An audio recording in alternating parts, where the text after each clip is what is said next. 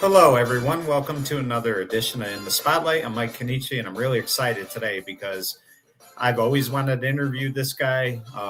When I think of East Haven football, I think of him. He really turned the program around when he took over in 1993. He's done so many things in his career. I mean, his coaching with track and field is just as impressive, but we're going to talk all about that. It is my honor to introduce to you Mr. Rusty Dunn. And, Coach, I want to thank you for giving me some time today. I really appreciate it. Thanks, Mike. I'm excited to do it. Coach, it's hard to believe it's been this long, but I mean, the first thing I would ask you more than anything else is where did the love for football begin for you? So, at the New Haven Gridiron Hall of Fame dinner this a year ago, this past fall, I brought this up, Mike. And so, long story short, we kind of bounced around when I was a kid. I was born in New Jersey, then we moved to Cheshire, Connecticut, then we moved to Orange, Connecticut, then we moved to Iowa, and then Nebraska, and back to Connecticut, and back to Orange, Connecticut. And why is geography important? Well, we lived right on the Orange Milford town line, and so my backyard really was like Milford, and so a lot of my friends as a young kid were Milford kids, specifically Kevin Cunningham, whose dad, Jack, was a Milford High guy, and he was an old NBA football, basketball, and track guy. And when we were little kids, he used to listen to the NBA games on the radio on Saturday morning, Saturday afternoon. And when I was a little kid, he would take us to the games, Milford High Law. It was a great league, Fairfield Prep, Bunnell, Stratford, Harding, Bassick, Law, Milford High. So it was an awesome league. And so I really fell in love with football at that time. I mean, my dad was into it too, don't get me wrong. And so I already had a jump start. But so when I met Kevin, I was 9 or 10. Then it really took off. And then fortunately, I was able to go to Notre Dame of West Haven. So I had that West Haven connection. So it's all part of it, I guess, is my point, That it's a story, but that's the story. Right. And you had quite a career at Notre Dame of West Haven. You were a 2-year starter. Did you play other sports besides football when you were in high school? Yeah, I ran track and field, indoor and outdoor. My track coach was Jim Gersha, who was an All-American football player at Southern Connecticut, an All-Stater from Wilbur Cross. He was a great guy. And actually, if not for him, Mike, I'm sure I wouldn't have stuck with football, but he always offered great encouragement, And yeah, he was my track coach for all 4 years. So I did football, indoor track, and outdoor track. Right. And Coach, I mean, who did you play for at Notre Dame? Was it Coach Marcuccio or was no, Coach Tellier, Ray Tellier? Right. It was very good. Tom Marcucci and Jim Gersha, believe it or not, Mike, my freshman year was 1970. Coach Marcucci was 22 years old, fresh out of Wilbur Cross. Gersha was 24 years old. They were young guys, and they were like my freshman coaches. And then I played for Ray Tellier. Those guys were also varsity coaches. But yeah, I played for Ray Tellier. He passed in February of 77. Then Jim Gersha took over for 4 years. And then he gave that up because it was too much with both track programs. And Coach Marcucci continued to coach baseball, but he became the head football coach at that time, Right. And Coach, let me ask you this. I know you went to Milford Academy, played there, and then eventually to, I believe, Southern Connecticut State University, correct? Correct. Now, let me ask you, was Kevin Gilbride your coach at the time? Or Mike, I was recruited by Harry Shea. I played for Coach Shea for one season, and then that spring, at the conclusion of spring practice, he announced that he was going to move on. And Coach DeLeon got a ton of support from the team. George DeLeon, who, became a nationally famous name in college football and pro football. But anyways, DeLeon was 28 years old at the time, so the administration was a little apprehensive to hire such a young guy. but we wrote petitions. We went to the president. But to answer your question, so it was Harry Shea for 1 year, George DeLeon for 3, and Coach Gilbride came. Let me see, 980. Coach Gilbride came, Mike, I want to say 1981. So, right. And I joined the staff in 82 as a graduate assistant. So I coached for Coach Gilbride. I didn't play for him. Right, which is, he did a tremendous job in the NFL as an assistant coach, part of 2 Super Bowls. But the other thing, Rusty, your first coaching job was actually at Milford Academy, was it not? I mean, 1979? 79 season, I coached the receivers and the punt returners. I was a dormitory proctor for the football dorm. That was quite an interesting adventure. And then I met Spoonie. I'm not sure how I met Spoonie, but I met Paul Sponheimer, and he was looking for an assistant. And I was trying to see, you got to remember, Mike, in 1978, 79, there were no teaching jobs in public schools. There was none. I think when I got out in 79 or 80, there might have been 1 part-time phys ed opening. So point of my story is I wanted to go to Seymour, so I became a full-time sub, and I got an assistant coach's job with Spoonie. That's how I got in there, Coach Heffernan had just retired. So then I went there with Spoonie for 2 years. And they won a state title his first year, correct? 1980 won a state championship. The second year, not so good. We lost a ton of great guys from the 80 team. Sakowski, Briggs, Sapanic, Edwin Essen. Team was loaded, Right. Yep. But that was a great experience. Right. And you get those experiences, Coach. They're so invaluable. And then, of course, you talked about how you coached under Coach Gilbride in, would you say 81, 82? Or 82, actually, right? I went with Coach Gilbride in the spring of 82, and I stayed through the 87 season. So I was a graduate assistant for 2 years. I coached the receivers, tight ends and receivers. Then I became a full-time coach my 3rd year. I coached the quarterbacks and receivers, and ultimately I became the offensive line coach and offensive coordinator. When I left, it was the spring, Mike, the spring of 88. Excuse me. So the last season I coached at Southern was 87. Was there for 6 seasons as a coach. And then I went to UConn in June of 1988. Yep. That's how that went. Right. And I'll tell you, Coach, getting to be a coordinator at a college level, no matter what it is, that's, I don't want to say like you thought you finally arrived, but that is a big deal. And the fact that Coach Gilbride entrusted you to do that, it just says a lot about the type of work you put in. Early on, what did you kind of view yourself as, a defense or offensive minded person? Well, I would say offense, Mike, and Rich Kavanaugh was the offensive coordinator, and Cav was a fabulous coach. And see, Mike, our program at Southern was modeled after AIC. And the reason I say this is Coach Gilbride ran the defense for Bob Burke at AIC. And the AIC had great football teams. And when Coach came to Southern, he used the same, I'm going to call it formula or blueprint or game plan to impart all of the knowledge he had gotten from AIC and the way the program was structured to make Southern what we became a Division II power. And back to your question on offense or defense, Cav was an AIC player at one time, a captain. So he had an AIC background. So we ran the wing T on offense, 50 defense. But I learned from Cav right off the jump. He was a taskmaster, and he was a tough guy to work for. He forced you to learn, Mike. I'll give you a quick story. Like, not just me, all the assistant coaches, offense, defense. For example, Cav would say, okay, Russ, tomorrow morning at 7 a.m., you're going to present a 2-hour dissertation on the Buck sweep.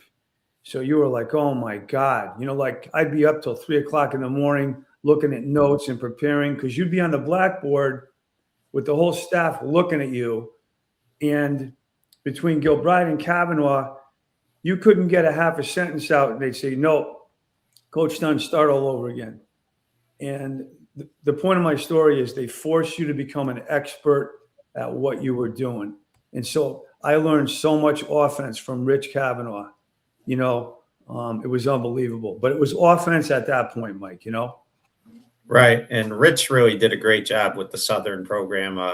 Had a lot of winning seasons for many years. And, you mentioned he was tough at times, but, he didn't ask his assistants to do anything he wouldn't do himself. So he just wanted them to be as committed as he was. He used to say all the time, Mike, because I get frustrated sometimes. And those guys were great motivators, but Cav would say, Russ, if you want to become an expert at the wing T, you need to be able to draw these plays up with a pencil and a pad with a blindfold on, and then you'll become an expert. And it's the truth. Most people learn from repetition, but as I said, Mike, they forced you to learn and they forced you to become an expert. And the handful of guys that didn't stick around couldn't handle that stuff, And believe me, it was hard at times. I mean, God, Gilbride had the defensive staff there many nights till 1, 2 in the morning. Usually we snuck out of there by 11 a lot of nights, but it was a great experience at Southern Connecticut. Great. Yeah, I could really imagine. And then let me ask you this, Coach. What was the experience like coaching under Tom Jackson? Because I felt like Tom did a great job at UConn. He won, several Yankee conferences. So just talk about the experience with Coach Jackson. Yeah. So long story short, Mike, I'll try to encapsulate it, but it's hard to get jobs in college football. So how did I end up at Connecticut? I did a clinic in Middletown.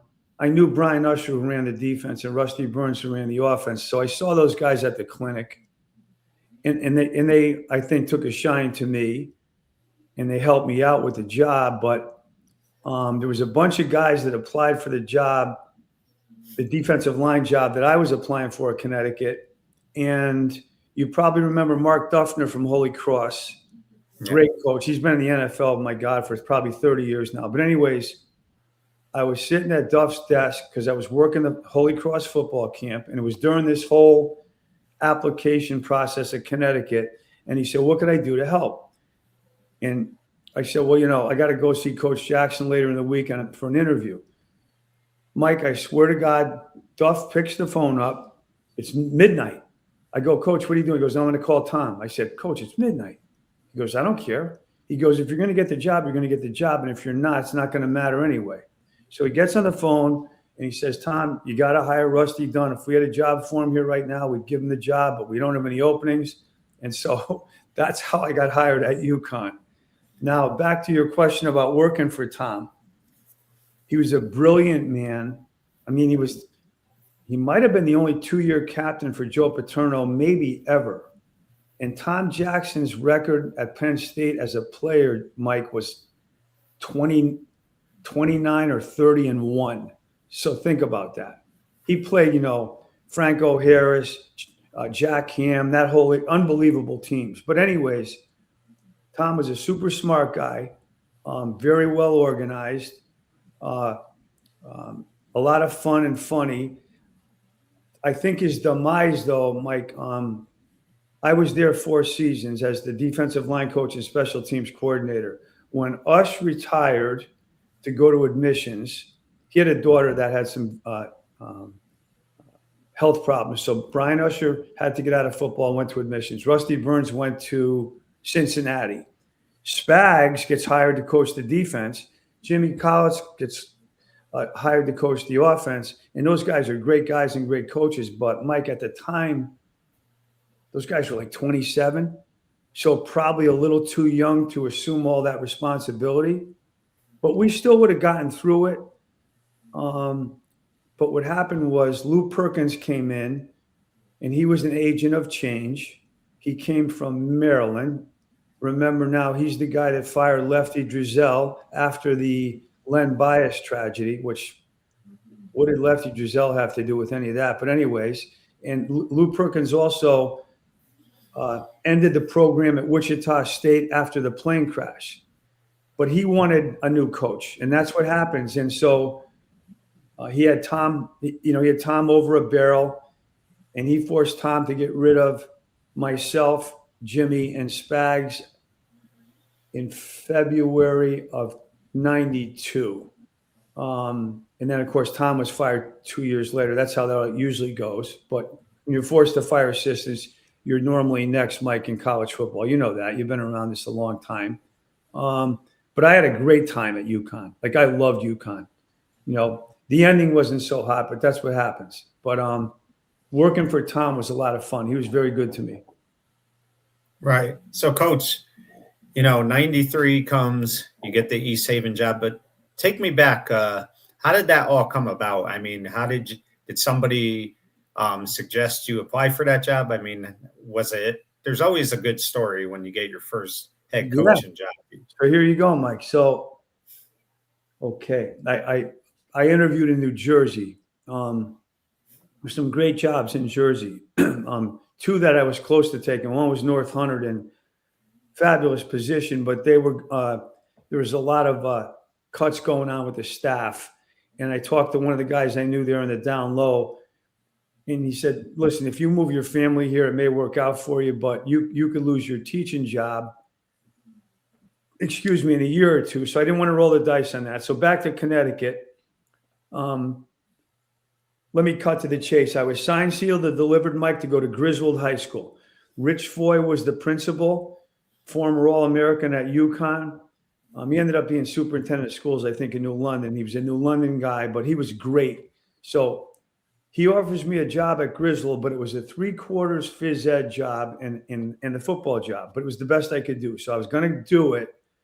And then D. Rowe, who was the old basketball coach from University of Connecticut, wonderful man, older guy, was best friends with Coach Grisafi at East Haven. That was that link.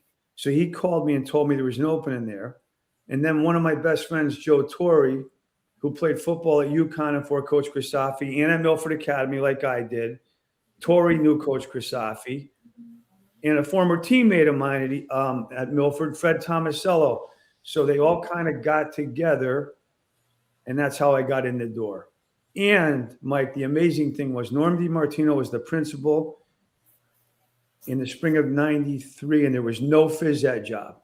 So I meet those guys on a Friday, and I said, I can't do this without a job. Monday, I had a phys ed job. So that's how that went. And I think it's really compliments of D. Rowe from UConn, because he and Coach Grisafi were like this, basketball guys. Coach Grisafi and D. Rowe ran a basketball camp up in Moodus, Connecticut in the 60s. So, it's the old story, Mike. It's who you know, right? Right. But Coach, you come in, and I believe at that time, wasn't East Haven like 2-something in their last like 3 or 4 years? They didn't win too many games. I don't even know I think they might have been on a losing streak when you got there, but they were not good at all. And you replaced Coach Martone, if I remember correctly. Yeah. And Tony's a friend, but just for the record, Mike, I'm going to say he won 1 or 2 games in 4 seasons. So they were like, let's say 2-39 when I took over. And they had lost like 15 straight games, maybe. It was pretty bad. And I mean, I'm a fan of football, and like even when I was a little kid, Mike, in the New Haven Register and Journal Courier when it was a great newspaper, like I knew all the Derby guys when I was like in 7th grade, like Brent Sanford and Vinnie Greco and Frank Rum. I knew those names when I was a kid, and I was a little kid, so I knew a lot about the history of East Haven football, but I had no idea on the hard times they had fallen on. I mean, per my text message to you last night, after the mid to late 60s, a handful of winning seasons, Mike. Maybe a 7-3 in 70. There was a 6-4 like in 1984 when Andy D'Amato was the coach. But there weren't a lot of winning seasons. So I didn't quite know what I had signed up for. Back to your original point, I didn't.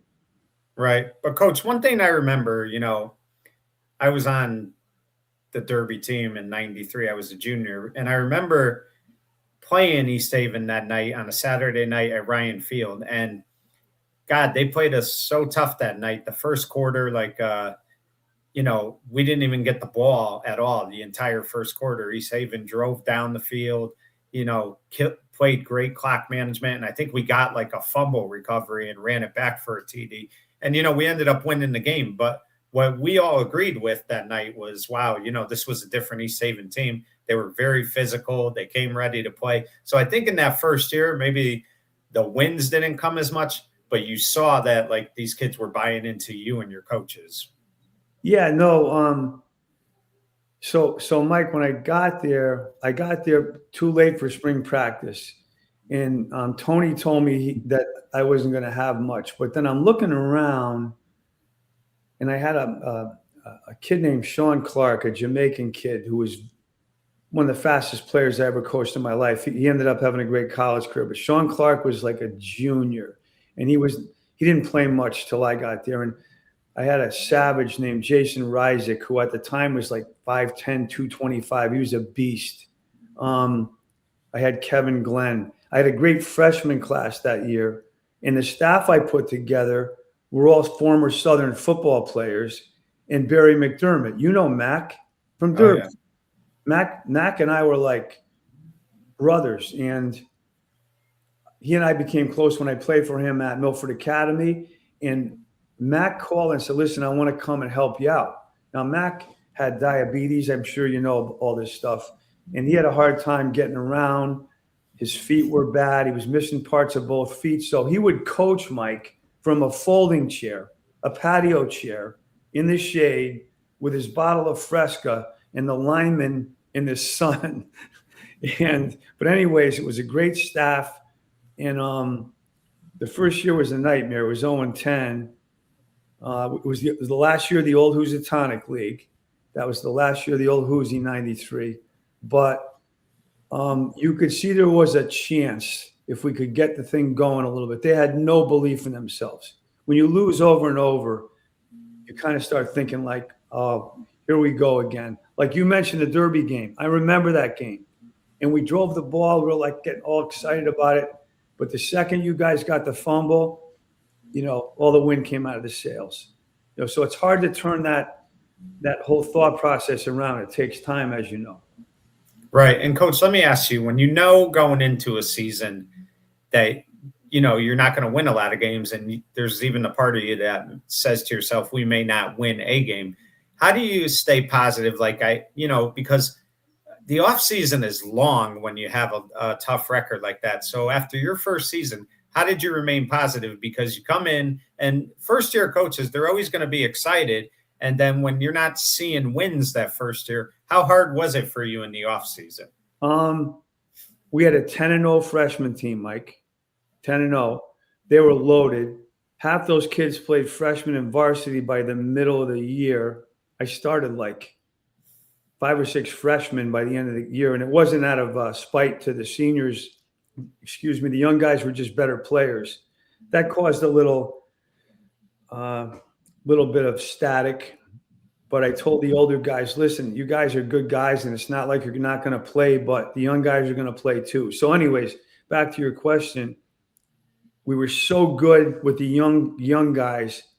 As crappy as the season was, I couldn't wait for the 94 season. I'm like, man, we got some good guys here. We have a chance, So that's what kept that going. And Mike, when I got there, anybody that wasn't playing basketball or baseball, I kind of told them, you're going to be on the track team with me because we're going to work on getting bigger, faster, and stronger. So that was going on too, all part of it, Right. And people don't realize just how beneficial track is because it helps with the weight, man. It helps with somebody who's a running back or somebody who's a receiver, and it gets them, teaches them how to run better as well. So, I mean, there are so many elements that track can help a football player with that, it's a good thing that coaches do encourage their players to do track if they're not going to do, say, basketball, baseball, or,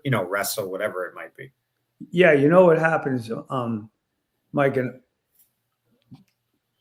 the track thing happens. I love track in high school. Loved it.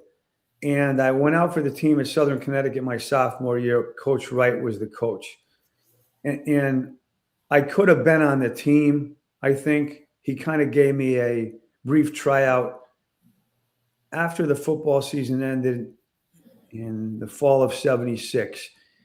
But I just wasn't good enough to be a factor on the track team. I wasn't as good as the guys around me.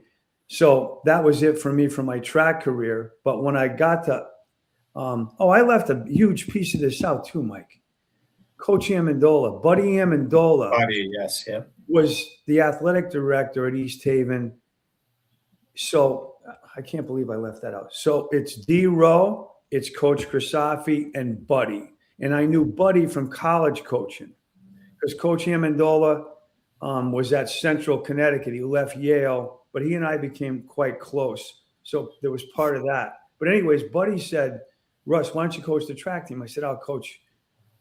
I ran track in high school, but I don't know a hell of a lot about it. He said, it'd be a great opportunity to get the guys on the team out for track. And so that's exactly what happened. And now I'm in year 33 coaching track at East Haven, and I love it. It's a close second to football, Mike. I mean, my whole life basically has been football. If you look at, I thought about this. Midget football, high school coaching. This is year 57. Wow. That I've been in organized football, and I'll be 70 in March. So football's number one, but track is a close second. And if Buddy had not coerced me to take the position, it never would have happened, But I tell the kids on the team now, you guys, all those guys you watch on Saturdays, college guys, NFL guys, all those guys are former track athletes, whether they were sprinters, hurdlers, shot putters, javelin throwers, high jumpers, believe me, Mike, most of those guys did track somewhere. You know what I mean? Right. And Coach, the thing that I always liked about track, and I think a lot of kids who do track love, is while there's pressure to perform when you're racing, there's not that pressure so much to win all the time. You're just trying to, work on your personal best each time you go out and run. And the bus rides are great, and hanging out there is great because there's time when you have downtime between your races. So for kids, like, not only does it help you, like if you're playing another sport, to keep you in shape and to help you run better, but you also build these friendships because you have all that downtime at the meets, and the practices are so fun. It's really like the one sport, I think, where there's pressure to a degree, but not as much as other sports. Well, you bring up a fabulous point, Mike, and I'm going to tell you what, you're right about track and field. I always tell the kids it's a team sport because we're keeping score. But it's also an individual sport. And so I know it's a trite saying, but you get out of it what you put into it. And if you don't train hard, you're not going to prosper. And the one thing about track is there's really no day off in track. It's not like football. It's not, don't get me wrong, but it's a lot of work. And back to the friendship thing, forget about your teammates. I was in the old district league in Notre Dame. So it was Notre Dame, Hamden, Wilbercross, Hill House, Lee High School, West Haven High School. So at a track meet, when there's downtime, you're like talking to guys from other schools and stuff. And you become friendly with them, because you can have a conversation. I mean, you're not going to have a conversation. What sport can you really talk to a guy? You're not going to talk to him in baseball even, or basketball, certainly not in football. So, but track, there's time to do that. It's kind of cool. I still see guys in New Haven that I met in the 70s that ran for Hill House, Wilbur Cross, Lee High School. It's kind of cool. Right. And coach, talk to me about the first year in the SCC, because for me, I was not a fan of it at the time because it was breaking up the old Hoosier. Now, Derby was in what was called the Hoosier division. You had Lyman Hall, Sheehan, Amity, Shelton, and Cheshire. But with that said, it didn't feel like the Hoosier to me anymore. How would you assess that first season in the SCC? Well,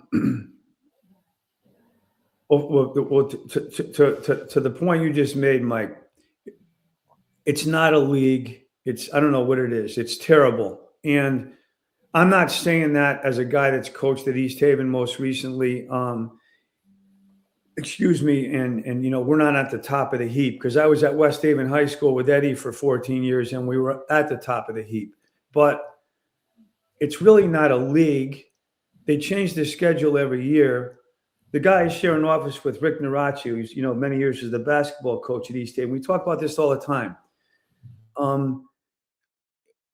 Why? Because East Haven plays hand and they lose 50-0 in football. Why can you not play hand the next year? Like, as a coach, Mike, in those days, going back to those days, we played Notre Dame, West Haven, Shelton, Amity, Xavier, Prep. We played everybody, Seymour was out of the league by then. Derby. The schedule was hand. And all my years coaching, my 10 years, we beat Xavier twice. We didn't beat another one of those opponents, Mike. But this is what I'm going to say. Would I rather play, I don't know, Rocky Hill in front of 15 people on a Saturday afternoon, or go to Finn Stadium in Shelton and lose a game 15-12 in front of 4,000 people? Well, that's an easy one. I'd rather play a great team, and so would the kids. But the way this whole thing works now, like, the schedule changes every year depending on the outcome of this past season. And I don't understand that. So the Valley's traditionally been a great football area. Amity High School is great in track and field, baseball, tennis, cross country. They're pretty good in football. The city schools are traditionally very good basketball. Ansonia is a great football place. Ansonia is not known for their baseball team, but who cares? Like, I liked it better. Like we were talking about when the league first started, at least we had some divisions. Well, now those divisions change annually. It's hard to keep track of the whole thing, But back to '94, I didn't think as I'm thinking right now, because this whole didn't unfold at that point in time. Where we are now is the end result of a lot of bad decisions, in my opinion. But I think the idea back in those days was a noble idea, but it has not worked out. You know what I mean? Yeah, there's a lot of things I don't like. I know some people probably love this playoff format. I'm not the biggest fan of it. I don't believe that a tech school should be playing a team like St. Joe's or Fairfield Prep based on what their division is. Like, the tech schools should have their own separate thing, because how are they supposed to be competitive when they've only been, football programs for maybe the last 11, 12 years? Right. No, I agree with that. And, at one time, after I got out of high school, I'm going to say probably the late 70s, there was a parochial league in Connecticut, or, parochial schools played each other, all over Connecticut. St. Joe's, St. Paul's, St. Bernard's, East Catholic, Northwest Catholic, Notre Dame. In those days, Stanford Catholic, Immaculate of Danbury. But I agree with you. The way the format is now, it doesn't really make a lot of sense. I don't like it. That said, how about this one, Mike? East Haven High School is the only high school in the SCC that has never played in a postseason game, never played in a playoff game. Did you know that? Wow. And, there were some good years where they could have made it if the format was what it is now. That's the sad part about it all. When 96, when we were 8-3, the present format, we would have been a shoe-in. 2000, we were 7-3. That year, we would have been a shoe-in. There was a few times, if it was the present day format, we would be in. But anyways, as we speak, the Easties have not gotten into the playoffs. It's amazing. Right. Coach, let me ask you this. Obviously when you came to East Haven, there's goals, you want to keep your head above water, things like that. But I know East Haven and Brantford had a nice Thanksgiving rivalry. Did you kind of preach to your kids and encourage them that it was important to win that Thanksgiving game? It's a rival. And, you know how Derby and Ansonia, like their programs used to talk about Ansonia Derby week and the history behind it. Did you kind of like try to instill that in your kids about the Brantford game? Well, what's happened is, Mike, when I got to East Haven, it was a fierce rivalry. The Easties hadn't won in maybe more than 10 years. They beat us soundly in 93. We upset them in 94. I think my 10 years, we were either 6-3-1 or 7-2. But anyways, we enjoyed a lot of success in my tenure there as the head coach. But I got the kids believing we're going to beat Brantford now. But when I got there, they said, we can't beat Brantford. We always lose to Brantford. But it was a fierce rivalry. A bigger rivalry, Mike, if you may or may not be aware of this, was East Haven and North Haven. I never knew that. But when I talked to my friend, Joe Torrey is 73 years old. So Torrey's a little bit older. But when I asked, he goes, we hated North Haven. Because I noticed my kids would go crazy for that game. I don't know if it was some inherent, East Haven, North Haven deal. But anyways, both those games were huge rivalries in the old days. Yes. Yeah, they really were. And Coach, let's talk about 96. And one of the things that, you talked about never being able to beat Brantford, but I was talking to Charlie DeCenzo today, and I knew Charlie was 10-0 against East Haven in his career. So I asked him, do you recall Lou ever losing to East Haven? He didn't think Lou ever did. And I know Bill McAllister in the 1 year he coached, he didn't lose to them. And I want to say Coach Carbone beat them his last year.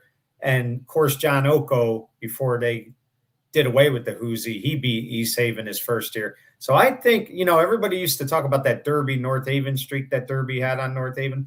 But I think it had been like almost 30 years since East Haven beat Derby as well. Am I correct in that? I mean, did you realize that when you beat them on opening night in 96? Yeah, I'm just trying to think. I'm just thinking about something Tori said to me. No, I think you're right on the money, Mike. What I was just thinking about, we beat them in 96. We should have beat them in 97 at Derby, but I didn't coach a good game. It was a real close game. But Derby had rough kids, but we had rough kids. But TJ Lavery was a senior. Joe Glenn was a freshman. I think we lost like 18-15 at Derby. But anyways, I remember we were at,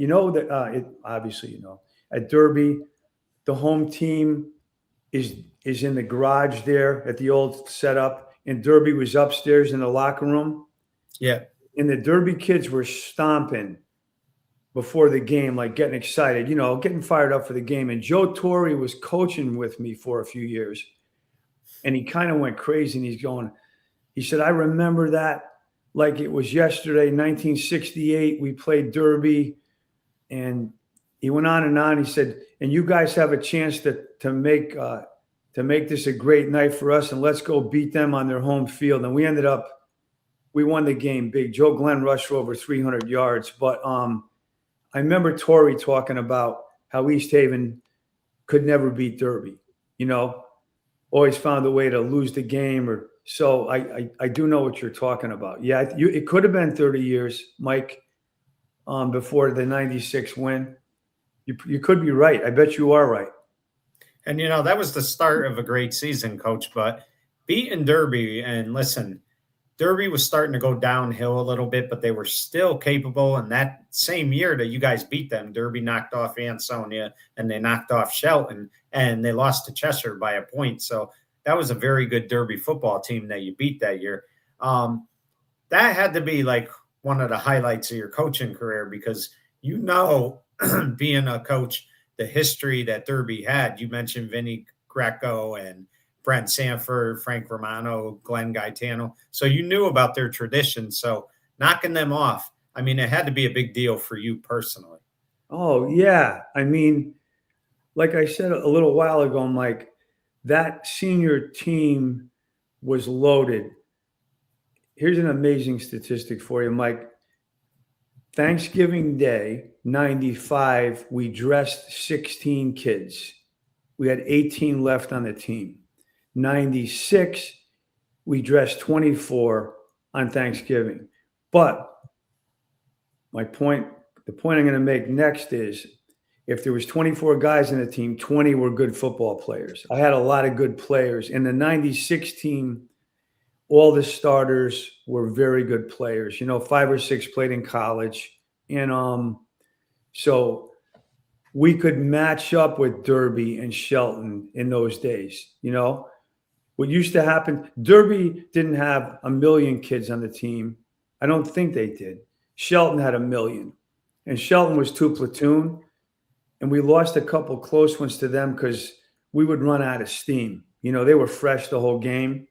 But that Derby win was huge. You're not mistaken. I remember that like it was yesterday. That was a big deal, especially being early in the season, Yeah, definitely. And Coach, I think that's when people started looking at East Haven a lot differently.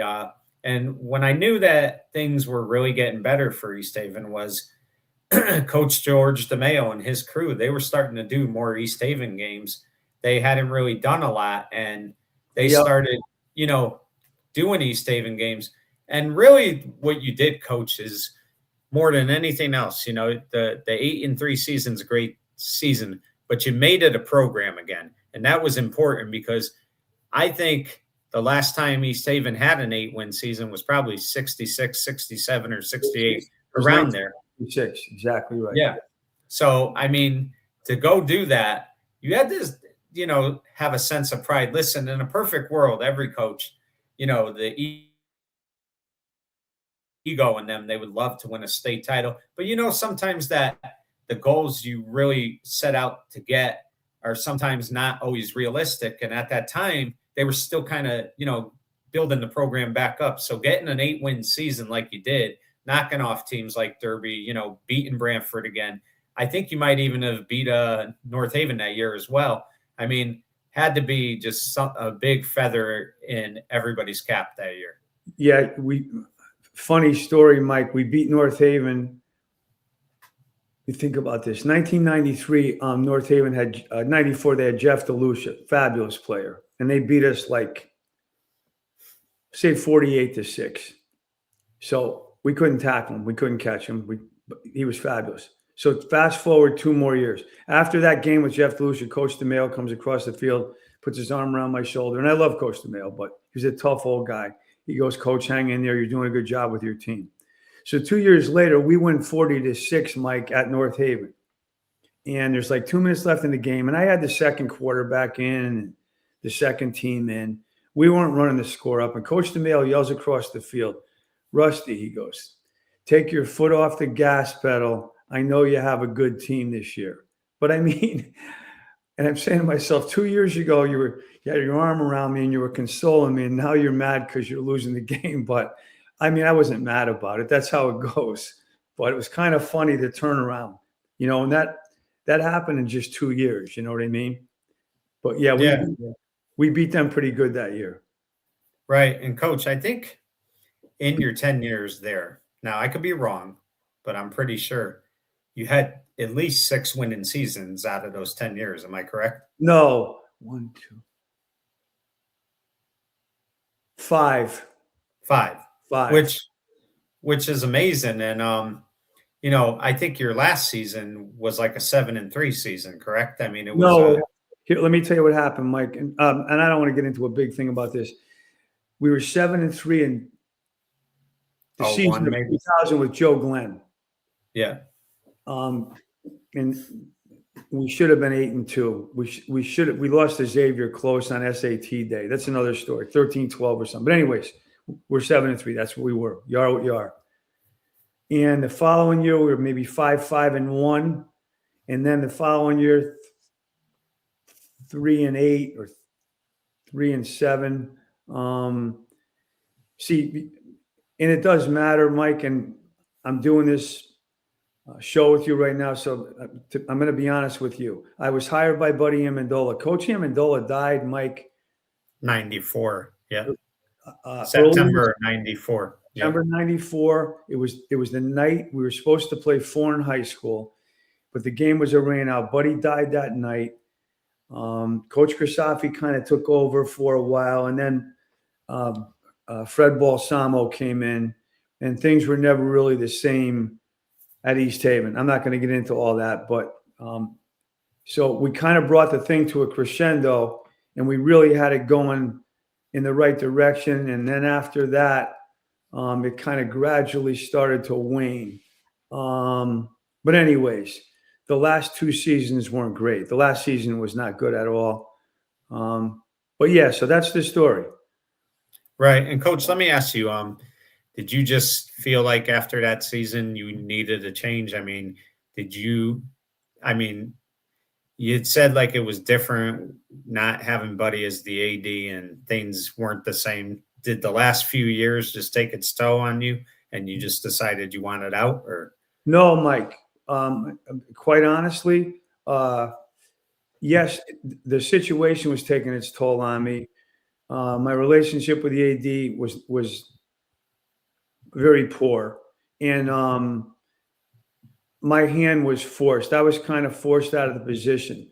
I was ordered to hire 2 guys on my staff, and I very diplomatically and politely told the powers that be, including the superintendent of schools, thanks, but no thanks. I have a staff. I'm not hiring anybody that I don't know. They were relatives of higher ups in the town of East Haven. You know how politics go, Mike. Derby's no different. And so that was it for me. And so they forced my hand, and they told me if I was not going to hire these 2 guys, I would not be renewed. And I said, well, I'm not hiring them, so you guys do what you got to do. And that was that. But I made the right decision. I wish I had stayed. I could have stayed because I think I think we had the thing going pretty well. And I'd still probably be the coach, Mike, if that hadn't happened. But you know what? Life goes on. I had an incredible experience at West Haven High School with Eddie. And then I went to the University of New Haven for 5 years as a part-time assistant. And then Scott asked me to come back to East Haven. And honestly, the only reason I came back to help Scott out is because I like Scott so much. And but anyway, so that's the real story. To answer that question you just asked me a moment ago, my hand was forced. But Coach, the one thing that I could tell is, and it's good that you do this, and I think a lot of coaches do it as well. They don't ever have that bitterness towards the program, towards the kids they coach, and even the fans per se. You still had the love for East Haven football, even though it didn't end the way you wanted it to, because to this day, I know you still root for them.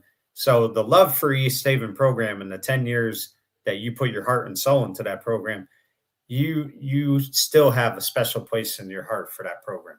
Oh, Mike, I'm still close with all those kids. And yeah, none of that changed. You know, when things like that happen, you know, you're upset by it. You know, there's some anger involved.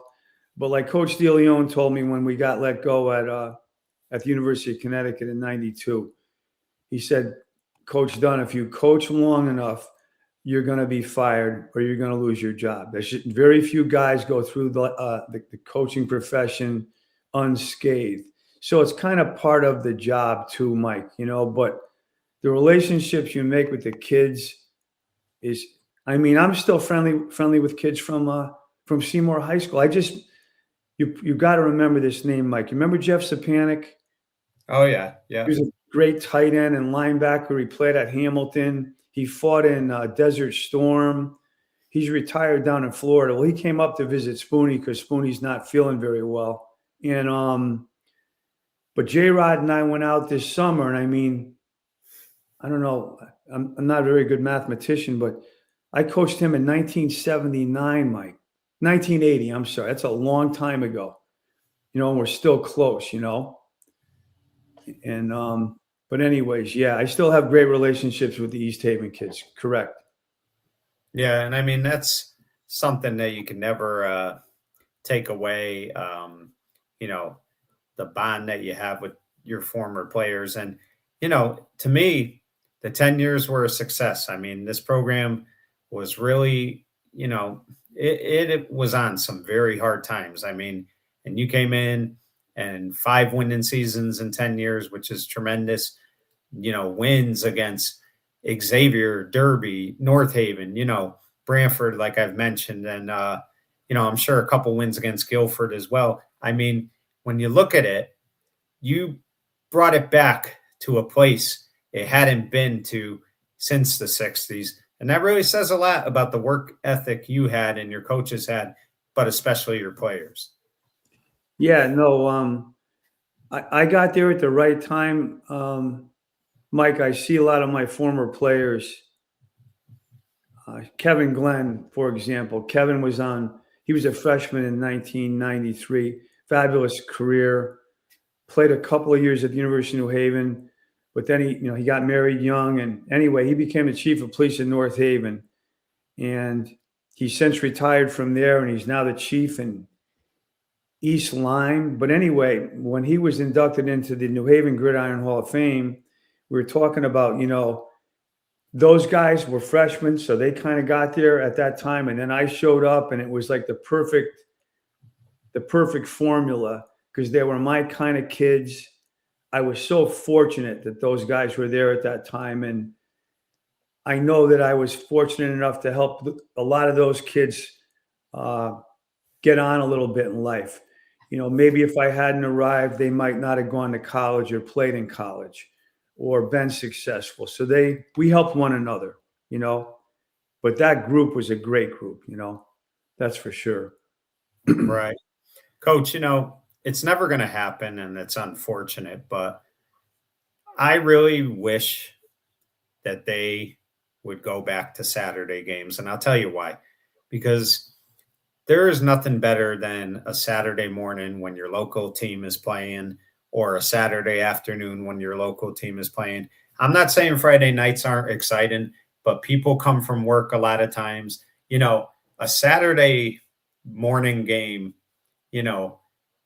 in October with the fall smell and everything else was always exciting. And I really, it's been a long time since we've seen consistently Saturday games, but I really wish they would go back to it. No, I concur. And when we get done here, when I get a chance, I'm gonna send you a couple pictures, Mike. West Haven, my senior year, Ken Strong Stadium, 10:30 on a Saturday morning. I think there were 8,000 people. It was unbelievable. Palmer Field, West Haven Xavier that year, there was over 10,000 fans on a Saturday afternoon. The Green Bowl, my senior year, almost 15,000 fans because it was for the District League Championship. But to your point, those are all Saturday games, packed. Saturday mornings were great. Saturday games midday were good. I agree with you. We played Friday nights because we played at Quigley Stadium. We were one of the only teams in those days that played under lights, but that was our situation. So it was kind of cool to play our home games on a Friday night. Not all of them, but most of them. But now it's kind of some games you get great attendance, some games you get no attendance, Places like Hamden, North Haven, I mean, it's still a happening. I haven't been to Shelton in a few years. I don't know if they still get the fans they did, but they used to get quite a crowd. How about Derby? How do they do with Attendance. Not great. No. Not great with attendance. They have a beautiful facility, but unfortunately, you know what it is too, coach, and it's not just Derby, it's everywhere, is these games are all you could stream all these games now. You know, they're on networks, so you can just watch it in your living room and the desire to go isn't needed like it once was because you could watch everything. I think what really you know I got really like amazed with was a few years back. I broadcast an Ansonia playoff game. They were playing Cromwell. It was a Tuesday night. Game started at 6:30. I was coming from work. I got there, I kid you not, at 6:15, and I was able to park in the Ansonia parking lot. That would never happen years ago. No, no, Mike, Seymour High School. I vividly remembered Seymour Derby, 1980. Derby upsets us. So the year before was when Edwin went crazy and had like 400 yards rushing. Well, the Derby game at Seymour, we were state champs that year, 1980. We beat Hand in a state championship game. Derby upsets us at Seymour. Packed. 10 o'clock game, Saturday morning. Mike, when I tell you it was a madhouse, you couldn't drive, you couldn't get out of the parking lot for an hour and a half. Yeah. People were tailgating. It was like a college game, I remember walking down the field to the locker room and it was like a sea of people. But that was Derby Seymour, probably October 1980 was something else. Saturday morning, packed, Yeah, and that's what I miss, coach. And I have a lot of film of different high school games, a lot in the 80s, a lot in the 90s, and the crowds were still big. And now, like, we don't see any of that anymore. Like, it's just, I mean, certain schools, yes, but for the most part, nobody's drawing those kind of numbers anymore. The only ones recent years I noticed, Mike, North Haven football is happening every Friday night. Yeah. I mean, Sags has done a great job. He really has. Sags fantastic. Hand High School is crazy every Friday night.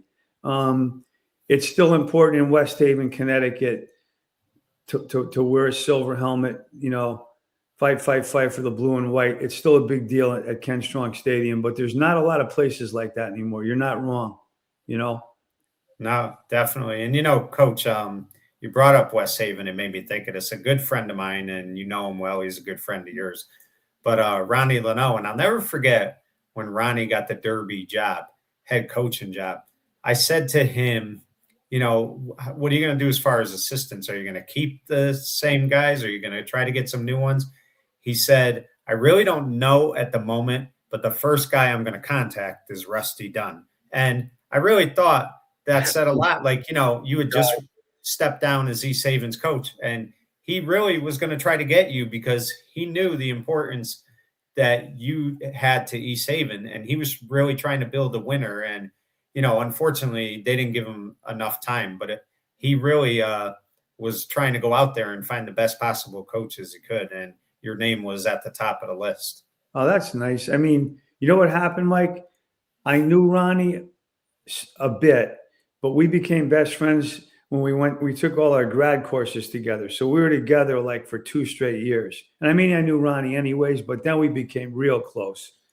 And I forget the chronology with Ronnie, if he was at Southern after Derby or before Derby.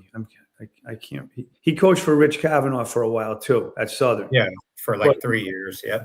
Great. Ronnie's the best. He's such a good guy, such a loyal friend, Trying to think of the last time I saw him. He's still around West Haven. He's kind of still helping out there a little bit. I saw him. Right now, coach, he's in his 3rd year helping with the Ansonia girls basketball team. He's currently the JV coach. So he's always coaching. Yeah. I didn't know that. Hey, Mike, here's a name. I'm guessing you know Dennis O'Connell well, correct? Oh, Demo, yes, of course. Great guy who, he's always helped us out a lot with our Hall of Fame and stuff. So tremendous guy, yes. Demo, I'll see Demo tomorrow morning at the Derby Club probably around 11 o'clock. I bring my coffee and we just sit, me, Demo, and Joe Torre have our little powwow every Sunday morning after mass. That's what we do every Sunday. But your Well, I'll name, tell you, when it comes to when it yeah, comes to just going out of their way for people, Demo does that for everybody. I mean, he's just a great guy. I have like a whole bunch of reel to reels that I had nowhere to store them. And he was generous enough to let them be stored at the clubhouse. And I mean, that's just the type of guy he is. He's always willing to do something for somebody. So, I'm glad you brought him up. Great guy. Well, he's a good friend and he is a great guy. But I was talking to Benoit, and Scott said, Mike, Mike's a great guy. And he goes, Russ, he's got to know Demo. Because he said, I'm thinking Mike and Demo work together or work with one another, maybe having to do with the boys club. I forget what Scott was referencing, but he says something about that. Oh yeah. We've known each other a long time. And, as far as Scott goes, I was so happy when he got the East Haven job. Scott's another one, Coach, and kind of like you guys deserved a state title and you guys worked hard for that. You took the East Haven program, brought it back. He did a tremendous job with North Branford, Guilford, Hamden, East Haven, and just a super guy. I mean, like a guy who just, he doesn't want any recognition. He just wants to go out there and coach. And, Coach, that's what I meant to ask you too, because I was thinking about this. John Oko became a head coach again for Lewis Mills when he was like 68 years old.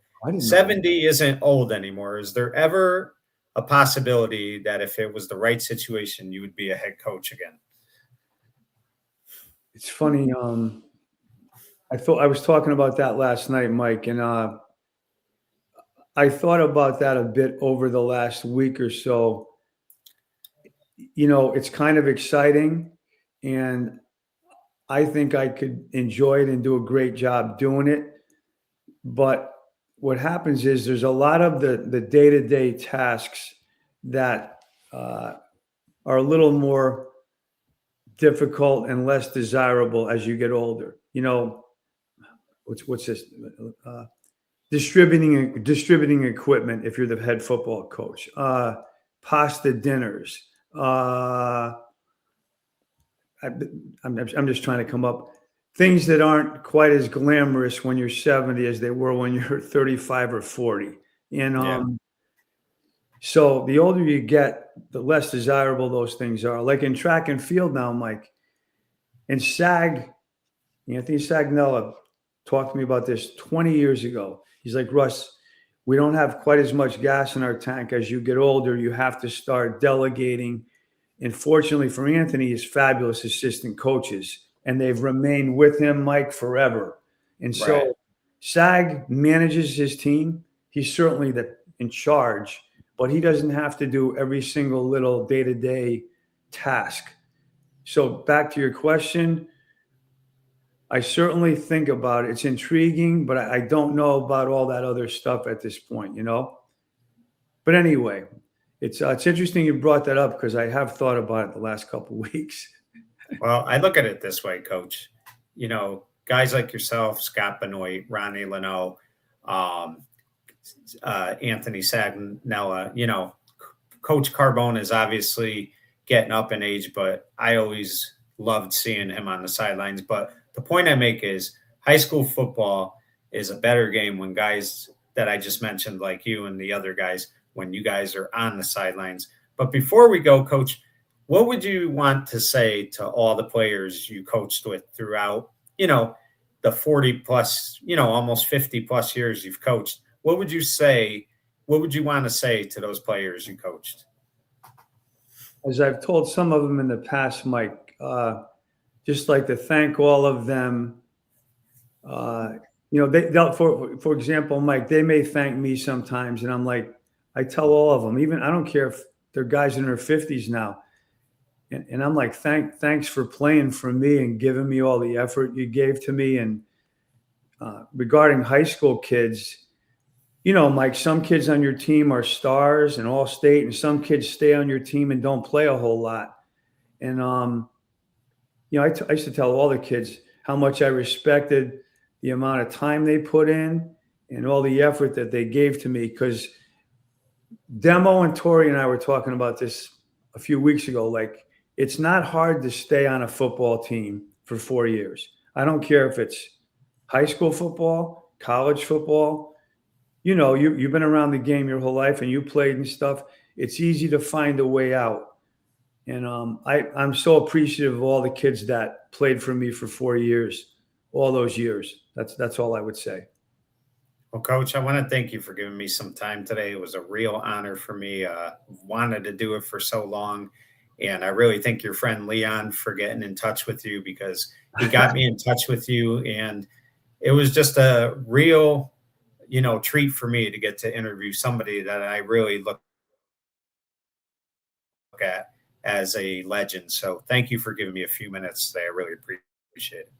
Mike, thanks so much. I was all excited to do this and excited that you requested, and happy we got a chance to get together. And because Leon said, you know who Mike Kenichi is? I said, geez, I don't know. And then I brought your name up to Benoit, and then I brought your name up to Demo, and they go, oh, he's a great guy, and so I was excited to do this. Yeah, it was a real honor for me, and I really do appreciate this a lot. And just keep doing what you're doing, because you've done a tremendous job for all these years, and thank you again. Thanks again, Mike, and I promise I will forward you some of those pictures. Sounds good, Coach. Well, folks, you just got to listen to Rusty Dunn for the last hour or so, and I learned a lot of things, but the main thing I learned was the passion he has for going out there each and every day, not just with football, but with track. And when you really get down to it, it's the interaction he has with the kids. That's what he gets out of it the most. I only go by the people that I was able to see, coach. When I think of Ansonia High School, I think of Jack Hunt and Tom Brockett. When I think of Guilford High School, I think of Scott Benoit. When I think of Shelton High School, I think of Bob Riggio and Joe Benanto. When I think of Derby High School, I think of Lou DiFilippo and Charlie DeCenzo. Well, I can promise you this. When I think about East Haven High School, the first name I always think about is Rusty Dunn. And that's because Rusty built that program back, put it back on the map. And, for a guy that started following high school football in the late 80s and to the present, East Haven High School will always, to me, be Rusty Dunn. For In the Spotlight, I'm Mike Kenichi saying good night, everyone. Thanks again, Mike.